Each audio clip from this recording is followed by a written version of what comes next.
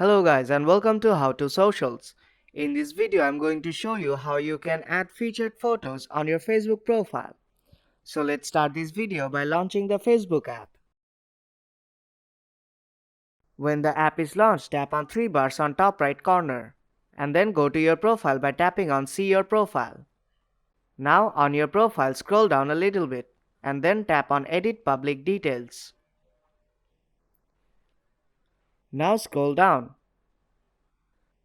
and here you will see Featured. Now to add photos to your featured photos, tap on Try It. Now select the photos you want to add to your featured.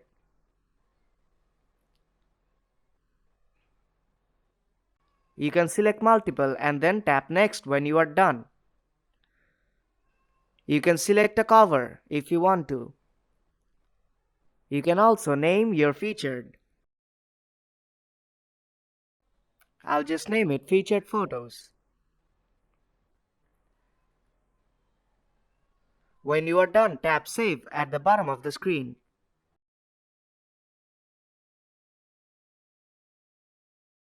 And your featured photos is now added to your profile. So if you find this video helpful, then do drop a like and make sure to subscribe for more tutorials. I'll see you in the next one.